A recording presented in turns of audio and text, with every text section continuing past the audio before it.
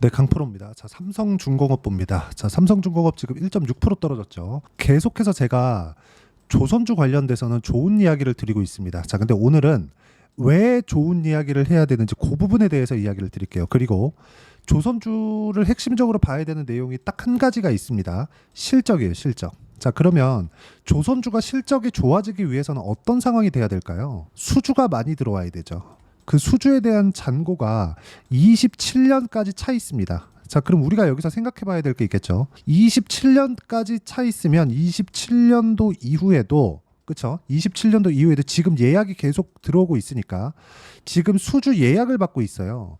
자, 조선주에서 수주를 받으면, 그쵸?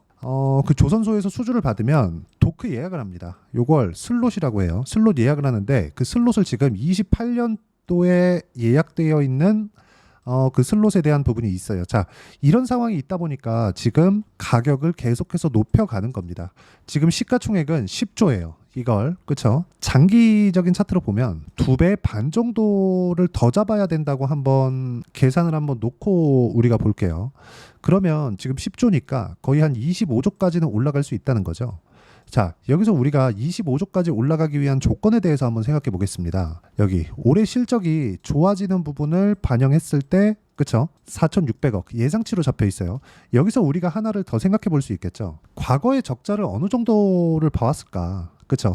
직전 한 5개년 정도의 실적을 보면 장기 적자를 봐왔습니다. 자, 우리가 좋은 것만 보지 않고 나쁜 거를 한번 봐볼게요. 적자를 봤을 때, 그쵸? 이 적자 구간을 지나왔을 때 조선주는 어떻게 버텼을까요? 한화오션 같은 경우에는 원래는 대우조선해양이었습니다. 근데 대우조선해양은 정부 지원을 받았어요. 그래도 안 돼서 하나그룹으로 넘어갔죠.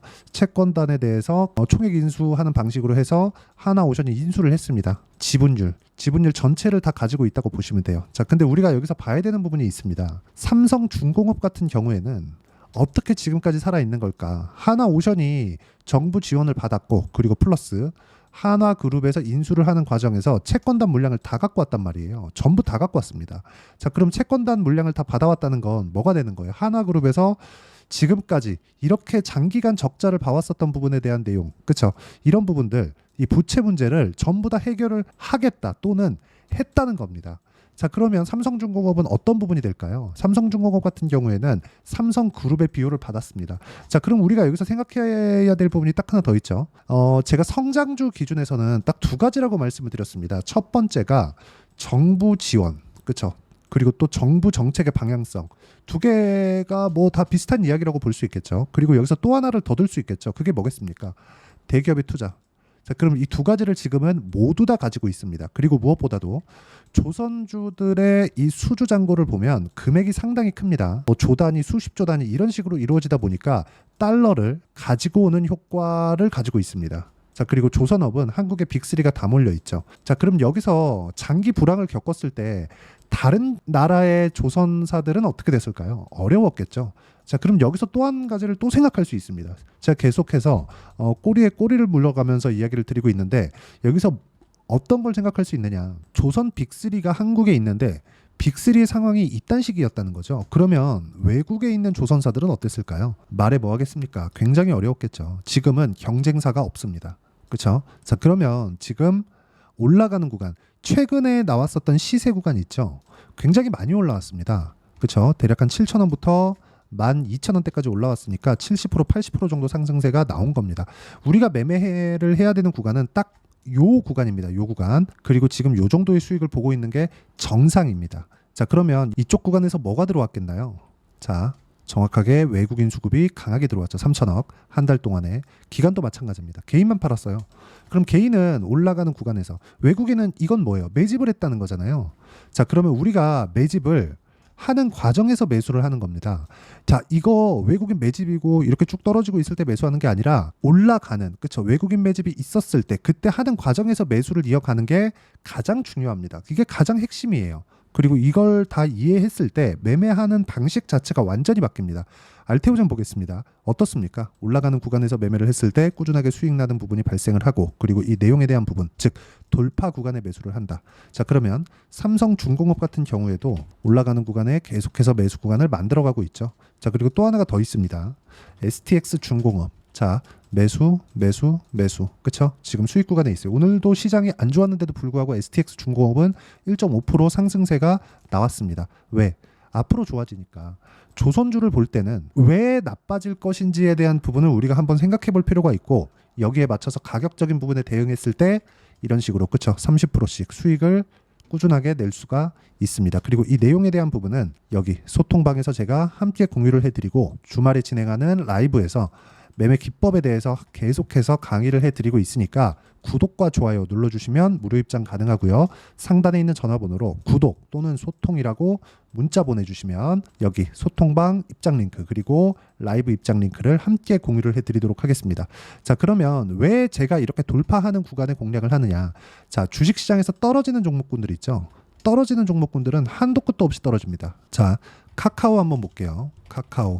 자, 카카오 보면 계속해서 떨어지죠. 이거 장기 차트 한번 보겠습니다. 계속 떨어집니다. 계속. 너무 많이 떨어지니까 여기서 뭐가 나왔나요? 기술적 반등. 그리고 또 떨어지죠. 여기서 못 지키잖아요. 그럼 추가 하락합니다. 그렇죠?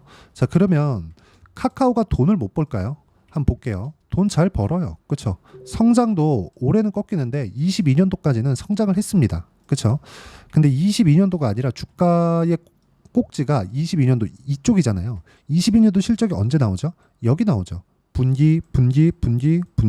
그렇죠? 그러면 총액에 대한 실적, 전체에 대한 실적이 23년 초에 나옵니다.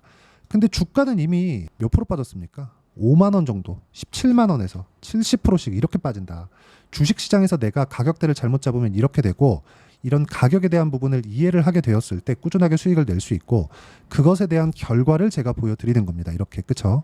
어떤 식으로 공략을 해야 되는지, 그리고 그랬을 때의 성과는 36%씩 이렇게 수익을 내고 있고, 이 내용에 대한 부분을 이해를 하기 위해서는, 그쵸? 제가 라이브에서 계속해서 이야기를 드립니다. 매주 하고 있어요. 매주 하고 있으니까, 매주 주말에, 그쵸? 매주 주말에 하고 있으니까 상단에 있는 전화번호로 구독 또는 라이브 또는 소통이라고 문자 보내주시면 여기 주말 라이브 입장 링크, 그리고 여기 소통방에 오면 소통방에서 여기 삼성중공업에 대한 지금 고가 횡보 중이잖아요. 이 횡보하는 구간에서 내가 어떤 식으로 가격을 잡아야 되는지 그 부분에 대해서 먼저 받아볼 수 있습니다.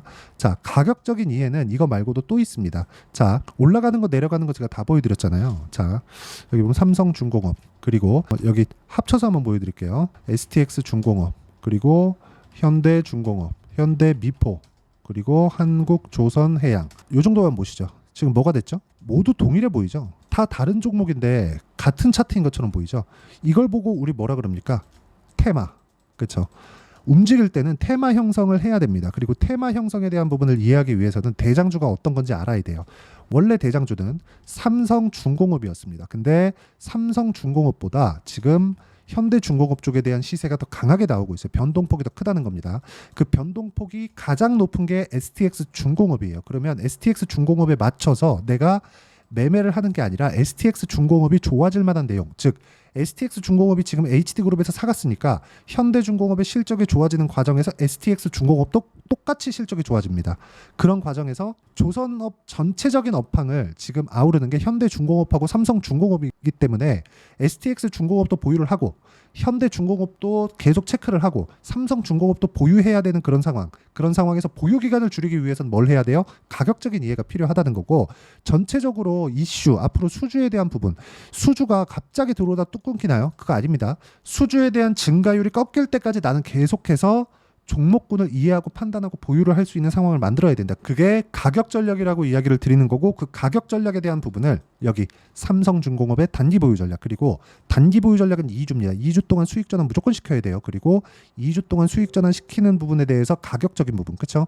어떤 식으로 매매를 해야 되는지 그 실시간 타점을 제가 문자로 보내드리도록 할 테니까 상단에 있는 전화번호로 삼성중공업이라고 문자 보내주시면 단기 보유 전략과 실시간 타점에 대해서 문자로 공유를 해드리도록 하겠습니다. 자, 내용 정리하면 그렇습니다. 삼성중공업을 포함해서 올라가는 구간에 외국인들의 매집이 있다. 외국인들의 매집이 있는 구간에서 우리가 뭘 봐야 돼요? 철저하게 가격에 대한 이해를 하자. 그러려면 가격을 어떻게 판단해야 되는지, 어떻게 체크를 하고 이해를 해야 되는지를 제가 가장 쉽게 이해를 시켜드리도록 할 테니까 영상 끝까지 시청하시고요. 모든 분들이 성공 투자하셨으면 참 좋겠습니다. 자, 24년도가 돼서도 시장은 여전히 어렵습니다. 자, 근데 시장은 항상 어려울 거예요. 앞으로도 계속해서 어려워질 겁니다. 자, 근데 제가 매월 대시세 종목을 구독자분들에게 공개를 합니다. 자, 내용을 보면 12월 달에 실제 공개를 했었던 강프로의 대시세 종목에 대한 내용인데 대기업을 상대로 안정적인 매출 구조를 가지고 있고요. 그리고 현재 주요 거래처는 삼성전자, 인텔, 하이닉스, TSMC, 해외에 반도체 관련된 기업이라는 걸 알 수 있죠. 그만큼 1월 달에 제가 보고 있었던 종목은 반도체 관련주라는 걸 알 수 있습니다. 공개를 해드리면 이 내용입니다. 여기 어보브 반도체, 그쵸? 실제 제가 거래한 내용을 공개를 한 거고요. 수익에 대한 크기를 보면 공략한 시점, 제가 가격대를 함께 공개를 해드렸는데 공략한 시점부터 21%의 수익 마감이 된 것을 확인해 볼 수가 있습니다. 자, 근데 지금도 마찬가지입니다. 지금은 어떤 이슈가 있을까요? 2월 달에 발표한다는 기업 밸류업 프로그램이 있죠. 근데 그걸로 인해서 지금 2월 달에 발표한다고 이야기가 나온 상황이고요. 무엇보다 우리가 생각해야 될 내용은 한 가지입니다. 어떤 이슈나 그리고 어떤 상승할 수 있는 내용으로 인해서 주가가 올라가는 것은 맞죠. 하지만 가격이 먼저 반영한다는 걸 반드시 알고 있어야 되고 그런 내용에 대한 파악이 되었을 때 그쵸? 여기 어보브 반도체처럼 21% 그쵸? 대략 3에서 4일 동안 20% 이상의 수익을 먹을 수 있고요. 그리고 여기 HLB 같은 종목처럼 대략 일주일이 채 되지 않는 기간 동안 30%의 수익을 낼 수 있습니다. 자, 그러면 답은 나왔어요. 재료에 대한 부분보다 중요한 게 가격이다. 자, 근데 지금 시장에 쏠려 있는 게 뭐죠? 2월 달에 발표하는 기업 밸류업 프로그램에 대한 내용이죠. 자, 그러면 우리가 이쪽에다가 지금 집중을 해야 될까요? 그 내용을 한번 보겠습니다. 기아차의 차트를 보면요. 1월 24일 날 정부단에서 입김을 불어넣은 이후에 시세가 강하게 발생한 것처럼 보이지만 애초에 12월 달부터 신고가를 달성했다는 걸 확인할 수 있습니다.